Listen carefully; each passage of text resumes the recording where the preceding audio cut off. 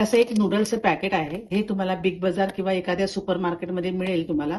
तर हे जे राईस नूडल्स आहेत, आता तुम्ही जेवढ्या प्रमाणात करणार असाल तेवढे तुम्ही हे नूडल्स घेऊ शकता. हे जे राईस नूडल्स आहेत तांदळापासून बनवलेले आहेत. हे 10 मिनिटं भिजत ठेवणार आहे आणि ह्याच्यात पाणी टाकत आहे. हे साधंच पाणी आहे. राईस नूडल भिजतील एवढं मी पाणी टाकलेलं आहे. नूडल्स शिजवण्यासाठी इथे मी पॅन घेतला आहे आणि ह्याच्यामध्ये मी आता पाणी टाकत आहे. नूडल भिजतील एवढं पाणी टाकायचं आहे. पाणी उकळलं आहे. इथे मी थोडंसं तेल टाकत आहे. इथे मी ह्या भिजवून ठेवलेल्या नूडल्स आहेत. आता ह्या मी गरम पाण्यामध्ये टाकत आहे.